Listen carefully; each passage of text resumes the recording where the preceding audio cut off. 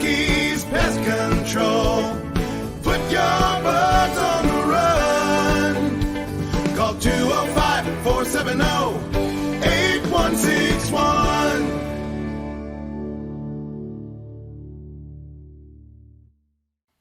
Hey, so on the Peskies Pest Control podcast, we're going to go over what I think we talk about a lot, and that's exclusion. And it's just, we talk about what we see, the good, the bad, the ugly of it. And I was in the field a couple of days ago, and I just saw something that I thought needed to be addressed and talked about. I know we've talked about it before, and we're going to continue talking about it because it's a pretty big issue that we run into. And that's exclusion, rodent programs, rodent control, however you want to put it, getting rodents out of your house.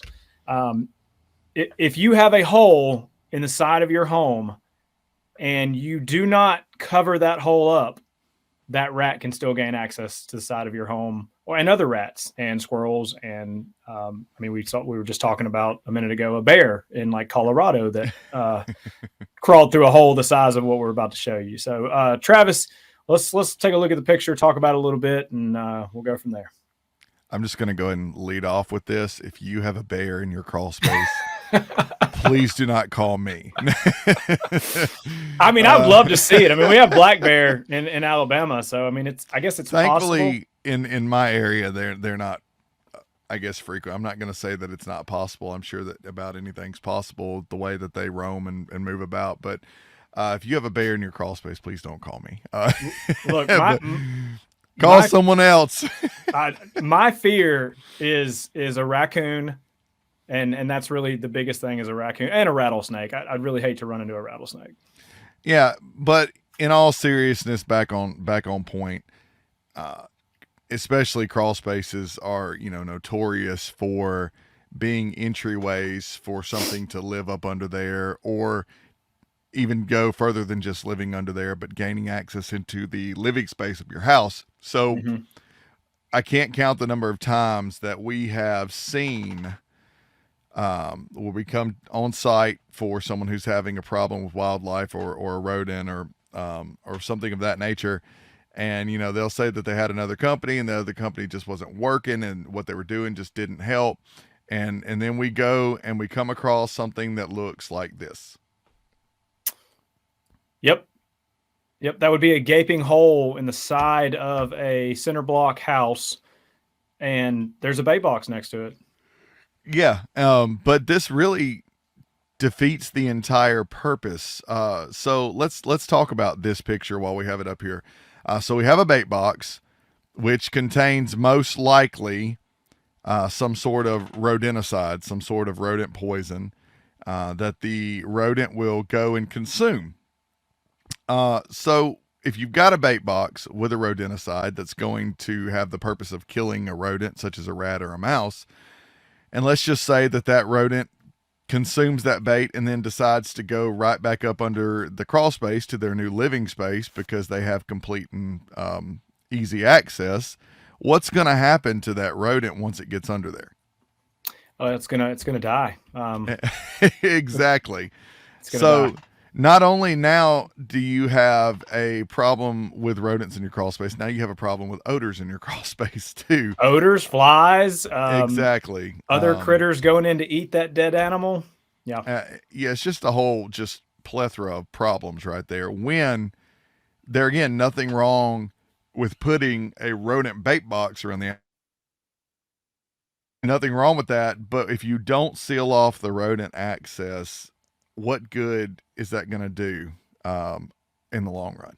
Oh, of course. And that's something too that, I can't say for whoever put the bait box out there. I don't know. Like I said, just took the picture, thought it was a good topic to talk about. That company may have told the customer, hey, you need to seal this hole up. And this podcast is more for information and, education purposes of, don't just put out a homeowner, company, whatever it may be. Don't just put out a bait box, or don't just, put a few traps out inside your home when you have all these access areas that, like, we call it a highway. They're running back and forth and back and forth. So you're trapping, but you're just going to continue to trap. And eventually you may get rid of that problem. But next year, that winter, rats are communal. rodents are communal, mice are communal, so they live with us, and typically they'll live in a crawl space for. I mean, we've seen, people call and say, "Hey, I've just now started seeing this." We get in the crawl space or start working, and we see a huge rodent infestation in that area, and they have kind of outgrown their living space, and now they're moving up into your living space because they are now overpopulated. Exactly. And don't just think because we're showing this photo of a ventilation access for a crawl space that's the only place that something can access your house. And I know we've talked about these specific photos before, but let's look at the worst case scenario. What could end up in your attic?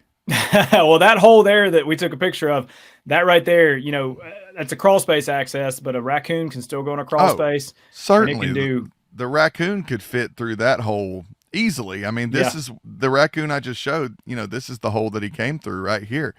You can literally see that he just pushed down this mesh. At some point or another, there was a ventilation fan there, and you see the brackets, and the brackets are, the fan's gone. Probably a fan died, and it was just never replaced. Mm-hmm. And he just pushed the mesh open, climbed up on the roof through a tree, pushed the mesh open, and, now he's got a place to live. I mean, this is, of course, what it looks like on the outside. From looking at it, for one, he's a large raccoon, and, you don't look at that on the roof and think to yourself, oh, well, something like a large animal, a large wildlife problem could crawl through there. Oh, yes, they can. Right. And then you end up with him. Yep. And what we caught him, we got him out of there, and he's home free. So, but like I said, the biggest thing is just excluding. I mean, if you have rodents in your house, or raccoons, squirrels, whatever it may be, wildlife, rodents, seal the house up, or have a professional seal the house up, and then trap and get that rodent or wildlife out, and you're good to go. I mean, that exclusion work is going to last an extremely long time, and you will not have to deal with the headache of scratching, tearing, clawing, potential house fires. I mean, all kinds of stuff that comes along with these little critters. Exactly. What's that old saying? It's something like, an ounce of prevention is worth several pounds of something else, whatever that phrase is. Just a little bit of prevention goes a very, very long way.